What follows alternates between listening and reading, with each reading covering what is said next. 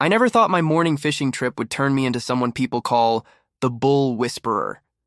That title came months later, after the video went viral and news stations across America picked up the story.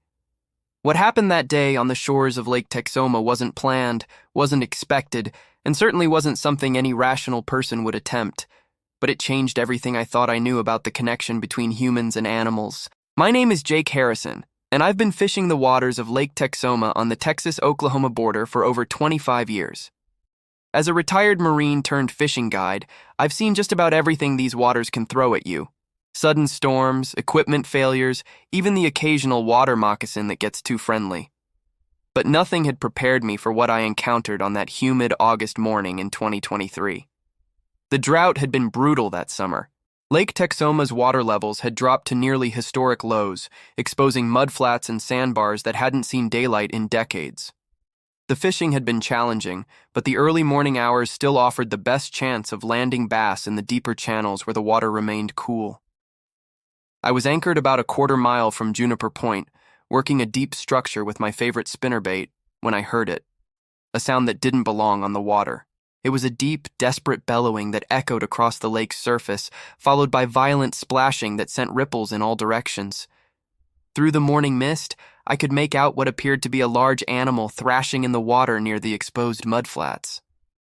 At first, I thought it might be a deer that had ventured too far from shore and gotten disoriented. White-tailed deer were excellent swimmers, but the drought conditions had created treacherous underwater obstacles that could trap even the most experienced animals. I fired up my boat's engine and headed toward the commotion, grabbing my binoculars for a better look. What I saw through the lenses made me question my own eyesight. It wasn't a deer struggling in the water, it was a bull. A massive, probably 1,500-pound Angus bull, somehow stranded in water that was too deep for him to touch bottom, but too shallow for him to swim effectively. The animal was caught in what local ranchers called a drowning trap, a situation where livestock get stuck in soft lake bottom mud while the water level is too high for them to gain footing. The bull's powerful legs were churning frantically, but each movement only drove him deeper into the sticky bottom sediment. As I approached, I could see the exhaustion in the animal's eyes. His massive head was straining to keep his nostrils above water, his breathing labored and desperate. Foam and saliva streamed from his mouth as he fought against the inevitable. This wasn't a wild animal that had wandered into trouble. The bull wore an ear tag that identified him as domestic livestock, probably from one of the ranches that bordered the lake. My military training kicked in automatically. Assess the situation, identify available resources, develop a plan, execute with precision. The problem was, nothing in my Marine Corps experience had covered rescuing drowning cattle from a lake.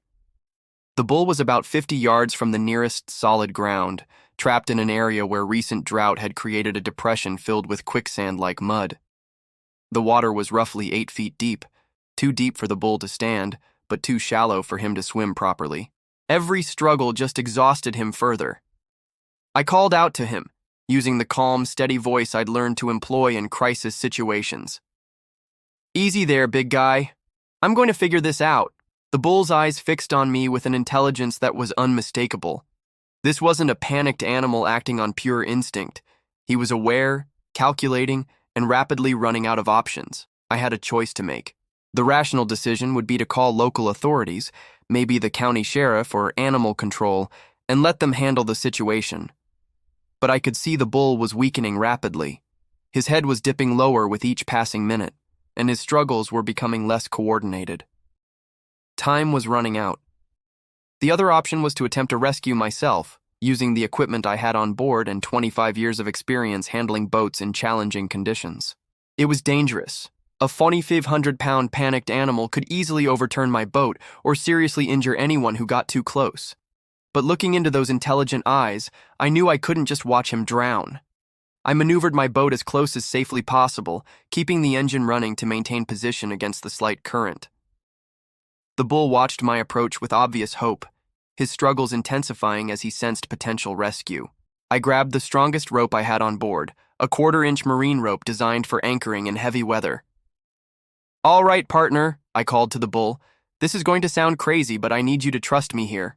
The plan that formed in my mind was essentially insane.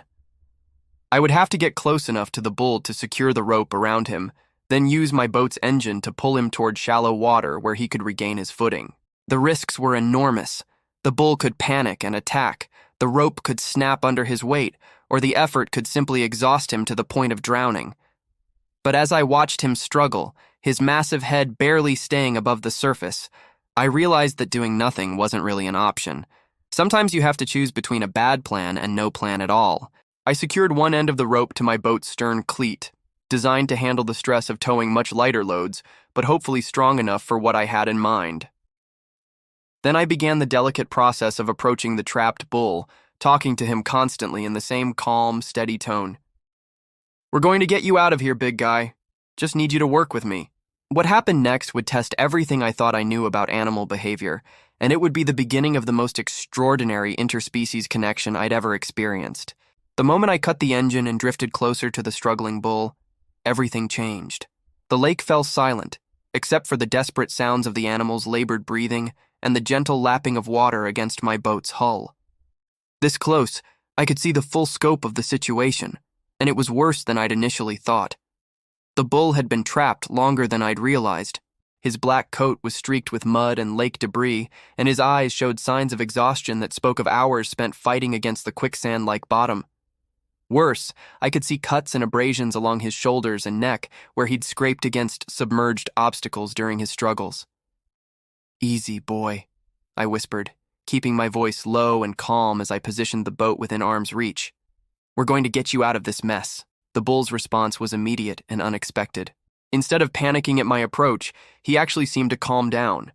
His frantic thrashing slowed, and his intelligent brown eyes fixed on me with an intensity that felt almost human. It was as if he understood that help had arrived and was willing to cooperate with whatever plan I had in mind. Working with deliberate slowness, I began fashioning a makeshift harness from my marine rope. The key was to distribute the pulling force across the bull's chest and shoulders rather than around his neck, which could cause serious injury or worse. My hands shook slightly as I worked, not from fear, but from the adrenaline of knowing that one mistake could cost this magnificent animal his life. The bull watched every movement I made, his breathing still labored but noticeably more controlled. When I leaned over the side of the boat to reach toward him with the rope, he actually moved closer, stretching his massive neck toward my hands in what could only be described as cooperation. "That's it, big guy," I murmured, carefully slipping the rope under his chest. "Work with me here." The process took nearly 20 minutes of patient maneuvering. The bull remained remarkably calm throughout, occasionally shifting his position to help me get the rope properly positioned. It was as if he understood exactly what I was trying to accomplish and was doing everything in his power to assist. Once the improvised harness was secure, I faced the next challenge, using my boat to pull a 1,500-pound animal through water and mud without injuring him or capsizing my vessel. I had to calculate the angle of pull, the engine power needed, and the timing perfectly. Too much force too quickly could snap the rope or injure the bull. Too little, and we'd make no progress against the suction of the mud. I started the engine at its lowest setting and began applying gentle, steady pressure. The bull seemed to understand immediately what was happening. As the rope grew taut, he positioned his powerful legs and began pushing against the lake bottom with coordinated effort. The first few minutes were terrifying. The boat's engine strained against the enormous resistance, and I could feel the stern being pulled down toward the waterline. The bull's breathing grew more labored as he fought to contribute to his own rescue, his massive frame creating waves that rocked my boat violently. Then suddenly something gave way. The bull lurched forward about 3 feet, breaking free from whatever underwater obstacle had been holding him. Encouraged, I increased the engine power slightly, while the bull redoubled his efforts, his powerful legs churning the water into a muddy froth. Progress was slow but steady. Foot by foot, we worked our way toward shallower water, the bull and I functioning as a team in a way that defied everything I thought I knew about animal behavior. He seemed to anticipate my movements, adjusting his position and effort in perfect coordination with the boat's pulling power. When we finally reached water shallow enough for the bull to touch bottom, the change in his demeanor was immediate and dramatic. His exhaustion seemed to evaporate as he felt solid ground beneath his hooves. With powerful strokes, he began swimming toward the shore, the rope now slack between us.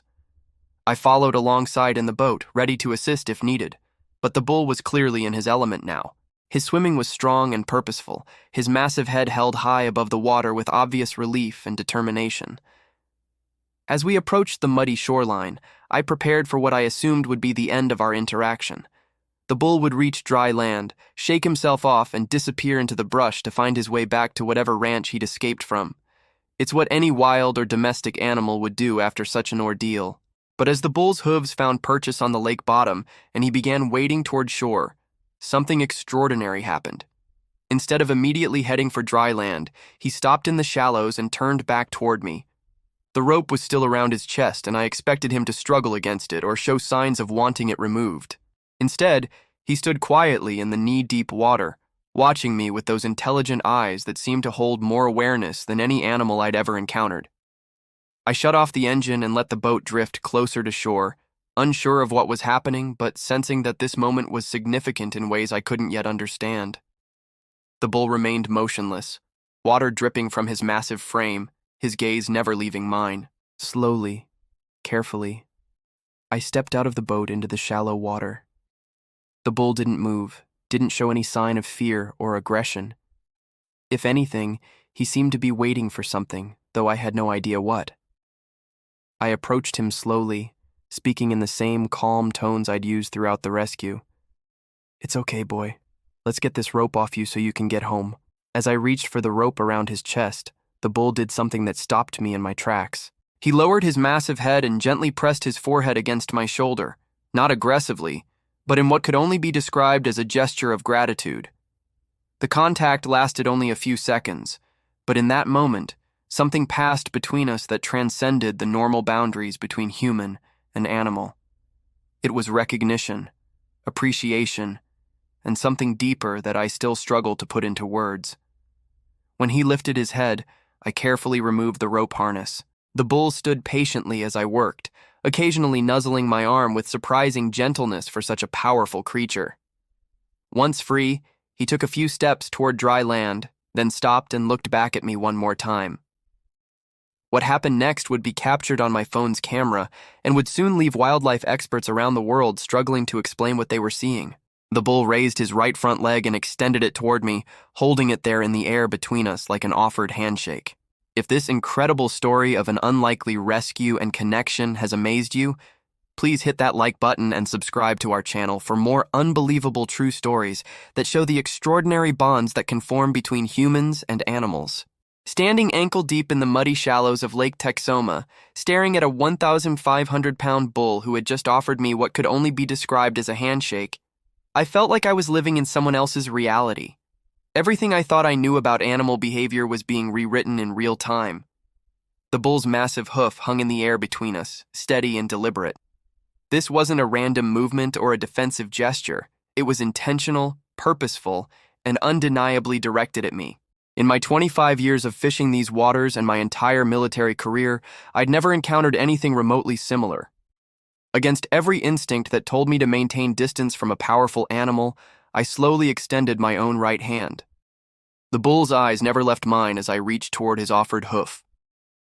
When my palm made contact with the rough surface of his hoof, something electric seemed to pass between us. The contact lasted perhaps 10 seconds, but it felt like an eternity. The bull applied just enough pressure to acknowledge the connection without any threat or aggression. It was, by any definition, a handshake between species, a deliberate gesture of recognition and gratitude that defied scientific explanation. When he lowered his hoof, the bull took a step closer to me, his massive head lowering until we were at eye level. Up close, I could see intelligence in those dark eyes that went far beyond basic animal instinct. This was an individual with personality, awareness, and apparently, the capacity for complex emotional expression. I pulled out my phone and managed to capture the final moments of our interaction on video. The bull seemed completely comfortable with the device, even appearing to pose slightly as if he understood he was being recorded. When I lowered the phone, he gave what I could only describe as a satisfied snort and began making his way up the muddy bank toward dry land. But instead of disappearing into the brush as I expected, the bull stopped about 20 yards from the water's edge and lay down in the shade of a large oak tree. He positioned himself so he could see both me and the surrounding area, then settled in as if he were planning to stay for a while. I used the opportunity to call my friend Marcus Rodriguez, a local rancher who knew every cattle operation within 50 miles of Lake Texoma. If anyone could identify where this bull belonged, it would be Marcus. "Jake, you're not going to believe this," Marcus said when I described the situation. "That sounds like Goliath. He belongs to the Riverside Ranch about 5 miles northeast of where you are. The Henderson family has been looking for him for 3 days." 3 days? How does a bull that size just disappear? Storm damage to their fencing last week. Several head got out, but Goliath was the only one they couldn't account for. They've had search parties out every day. Marcus paused. "But Jake, there's something you should know about that bull. He's not just any animal. Goliath is what they call a therapy bull." The term was unfamiliar to me, so Marcus explained. The Henderson family started using certain cattle in their therapeutic riding program for kids with disabilities. Goliath was specially trained to be calm around people, to respond to human emotions, and to provide comfort to children who were working through various challenges. He's essentially a 1,500-pound therapy animal. Suddenly, the bull's extraordinary behavior made more sense. His cooperation during the rescue, his apparent understanding of my intentions, and his remarkable gesture of gratitude weren't just random acts. They were the result of years of specialized training and interaction with humans. I looked back at Goliath, who was watching me with obvious interest from his resting spot under the oak tree. "Marcus, I think he's waiting for something. He's not acting like he wants to leave. That's not surprising. Goliath has separation anxiety when he's away from familiar people for too long. The Hendersons mentioned he gets attached to anyone who shows him kindness. You probably just became his new best friend." As if to confirm Marcus's words, Goliath rose from his resting position and walked back toward me. He stopped just outside of arm's reach and made a low, rumbling sound that was clearly a greeting. When I spoke to him, his ears perked forward with obvious attention. "Easy, big guy. Your family is looking for you. We need to get you home." Marcus arrived within an hour, accompanied by Tom Henderson and his teenage daughter, Sarah. The reunion was emotional in ways I hadn't expected. Goliath's entire demeanor changed the moment he saw the Hendersons. His massive tail began swishing with what could only be described as joy, and he let out a series of vocalizations that sounded remarkably like excited greetings. But what struck me most was how Goliath divided his attention between his family and me. Even as he nuzzled Sarah and accepted treats from Tom, he kept looking back at me, as if making sure I wasn't going anywhere. "He's bonded with you," Tom observed with a smile. "That's what he does with people who've earned his trust. Goliath doesn't forget kindness, and he certainly doesn't forget someone who saved his life." Sarah, who had clearly grown up around the therapy bull, was fascinated by the story of the rescue. "Dad, can Mr. Jake come visit Goliath sometime? I think he'd really like that." Tom Henderson was more than agreeable to the idea. "Jake, I can't begin to thank you for what you did today. That bull means everything to our family and to the kids in our program. If you're ever interested in seeing what we do at Riverside Ranch, you're welcome anytime." As we prepared to load Goliath into the specialized trailer the Hendersons had brought, the bull surprised everyone by refusing to go near the ramp. He stood his ground, looking directly at me with obvious distress. "He doesn't want to leave you," Sarah said, with the insight that only comes from years of working with the animal. "Goliath, it's okay. Mr. Jake isn't going away forever." I approached the bull and placed my hand on his massive neck. "It's all right, boy. I'll come see you soon. You need to go home with your family now." As if he understood every word, Goliath relaxed and allowed himself to be led into the trailer. But he positioned himself at the back where he could see me through the open slats, and he kept watching until the truck disappeared around a bend in the road. Standing alone on the shores of Lake Texoma, looking at the muddy tracks that marked where an extraordinary rescue had taken place, I realized that my life had just taken an unexpected turn.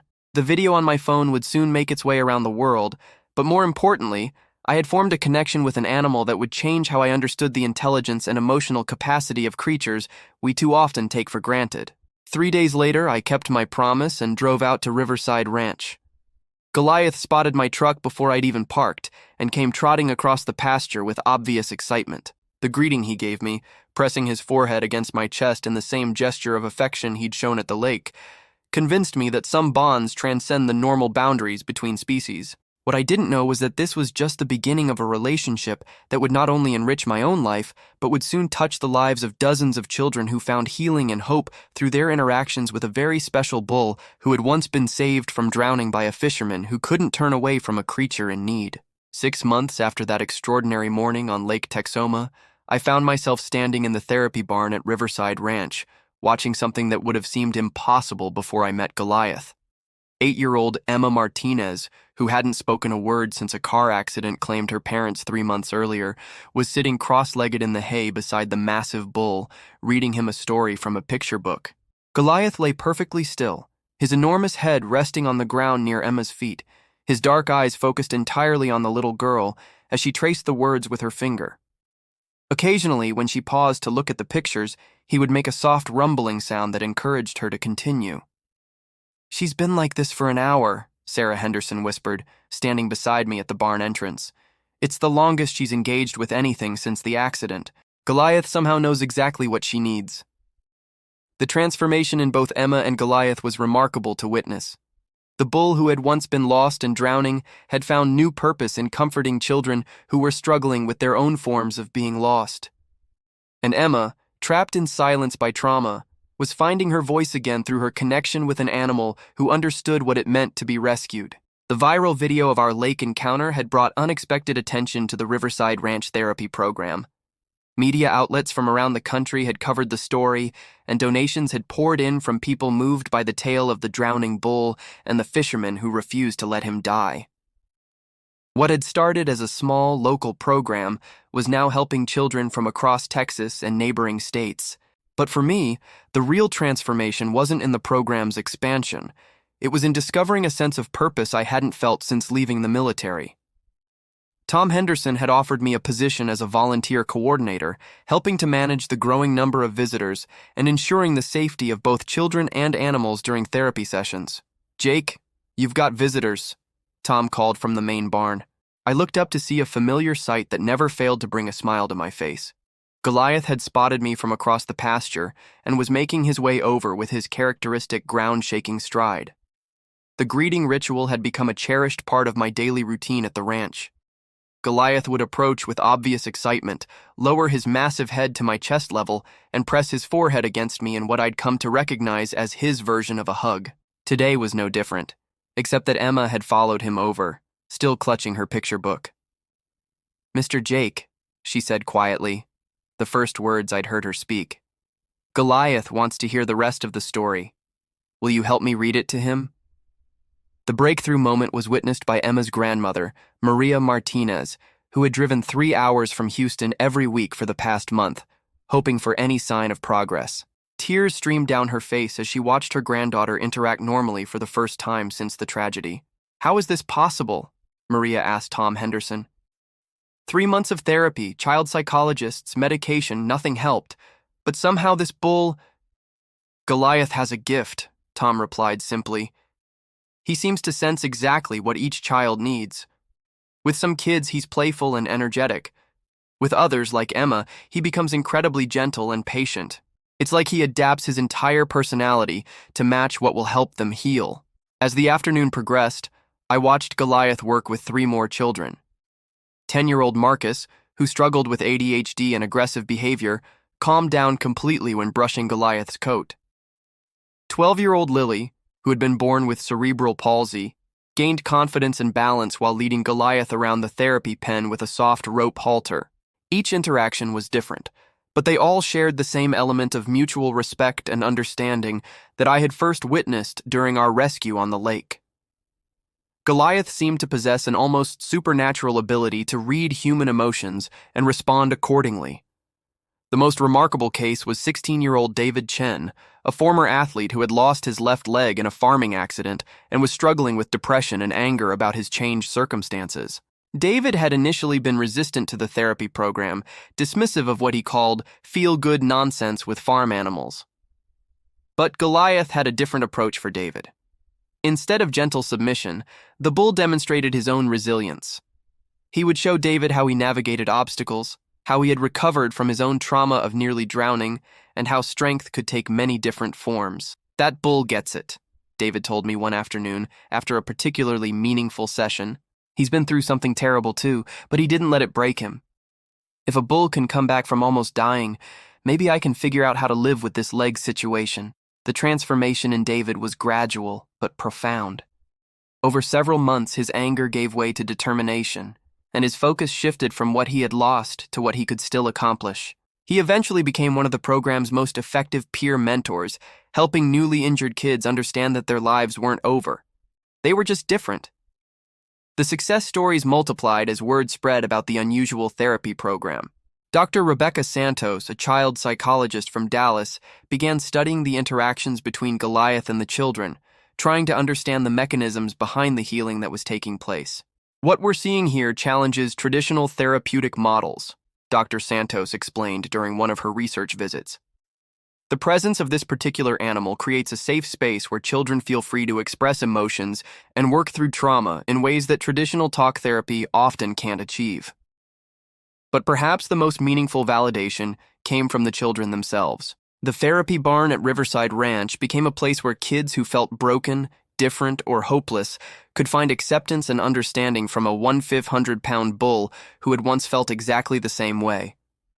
As autumn approached, marking nearly a year since the rescue that had changed both our lives, I stood with Goliath in the same pasture where I'd first met the Henderson family. The bull had grown even more magnificent with proper care and purpose, his coat gleaming with health and his eyes bright with contentment. "You know, big guy," I said, scratching behind his ears in the spot he particularly enjoyed. "I came to that lake looking for fish, but I think what I really found was you, and maybe what I was supposed to be doing with my life." Goliath responded with his characteristic rumbling sound, then surprised me by performing the same gesture that had marked the beginning of our friendship. He raised his right front leg and extended it toward me in his version of a handshake. As I clasped his hoof gently in my hand, I reflected on how a single moment of choosing compassion over convenience had rippled outward to touch so many lives. The drowning bull had become a healer, the retired Marine had found new purpose, and dozens of children had discovered that sometimes the most profound healing comes from the most unexpected sources. The video of our original encounter continued to circulate online, inspiring others to look for opportunities to help animals in distress. But for those of us at Riverside Ranch, the real miracle wasn't the viral fame or media attention. It was the daily proof that connections between species can transcend every boundary when they're built on mutual respect, understanding, and love. This incredible true story shows us that sometimes our greatest challenges lead to our most meaningful purposes. If this story of rescue, healing, and unexpected friendship has touched your heart, please like this video and subscribe to our channel for more amazing stories that prove compassion has the power to transform lives in the most extraordinary ways. Fisherman saves bull from drowning, but what happened at the shore is absolutely unbelievable.